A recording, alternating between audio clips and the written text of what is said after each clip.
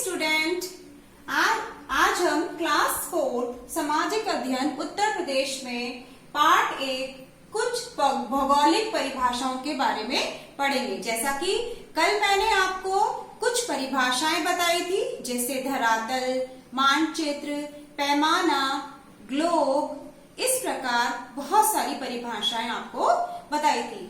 आज हम पढ़ेंगे खाड़ी के बारे में। खाड़ी क्या होती है?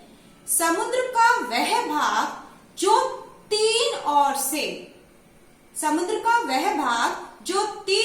से भूमि से घिरा होता है, वह खाड़ी कहलाता है।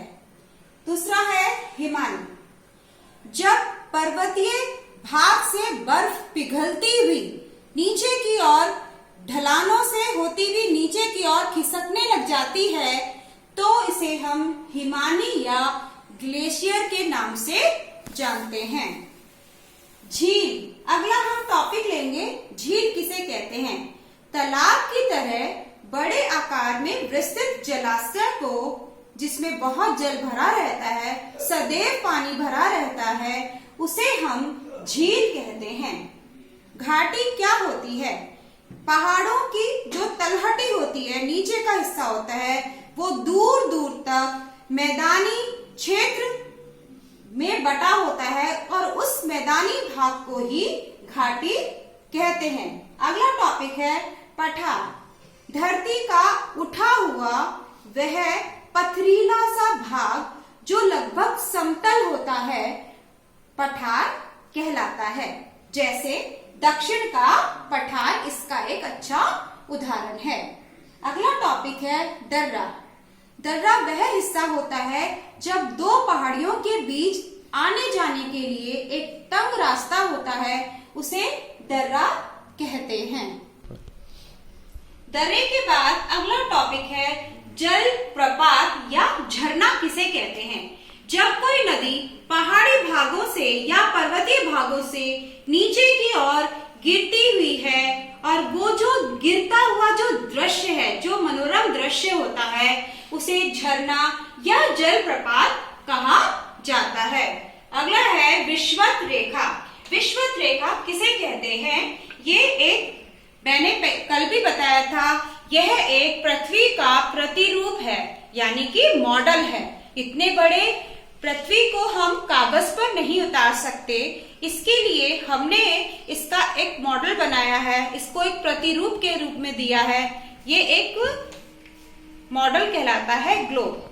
अब आप इसके बीच में ये जो मोटी लाइन, यानी कि इस पूरे ग्लोब को, यानी कि पूरे भाग को आधे आधे भाग बिल्कुल मध्य में खींची हुई है, इसीलिए इसे भूमध्य रेखा भी कहते हैं, अर्थात इसे विषुवत रेखा भी कहा जाता है। ये जो आप काली लाइन देख रहे हैं, ब्लैक लाइन, जो बराबर भागों में जिसने इस पूरी पृथ्वी को बांटा हुआ है। नेक्स्ट इज अक्षांश रेखाएं।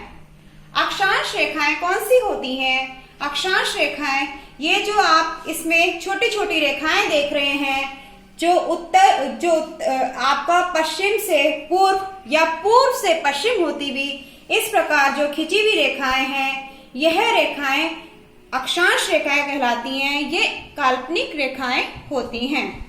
अगला है हमारा देशांतर रेखाएं। इसी प्रकार जो उत्तरी ध्रुव से दक्षिणी ध्रुव को जोड़ती हुई जो रेखाएं होती हैं, इस ग्लोब में वो बहुत हल्की सी दिखाई दे रही हैं, ये रेखाएं सब देशांतर रेखाएं होती हैं। यह सब रेखाएं काल्पनिक रेखाएं हैं, इनका कोई प्रमाण नहीं है कि ये रेखाएं हैं, ये काल्पनिक रेखाएं हैं।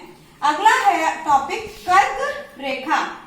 कर्क रेखा, ये जो आप भूमध्य रेखा देख रहे हैं, इसके उत्तर में 23.5 डिग्री उत्तर में जो रेखा बनी हुई है, वह रेखा कर्क रेखा कहलाती है। इसके पश्चात इसके दक्षिणी भाग में भूमध्य रेखा अर्थात विषुवत रेखा के दक्षिणी भाग में 23.5 डिग्री जो रेखा बनी हुई है, ये ऑरेंज रेखा देख रहे हैं, वह रेखा मकर रेखा कहलाती है। इस प्रकार जो मैंने परिभाषाएं समझाई हैं आपको, ये सभी परिभाषाएं बहुत ही महत्वपूर्ण हैं। भूगोल पढ़ने से पहले इन सब का जानना आपके लिए बहुत ही आवश्यक है। भूगोल विषय या एसएसटी विषय की 2 कॉपियां बनेंगी, एक उत्तर प्रदेश की बनेगी, दूसरा गौरवशाली भारत की बनेगी। दोनों का काम अलग अलग कॉपी में करना है। स्वच्छता का विशेष ध्यान रखना है। पुनरावृत्ति के लिए आप सभी अपने मम्मी पापा को इन परिभाषाओं को याद करके अवश्य सुनाएंगे।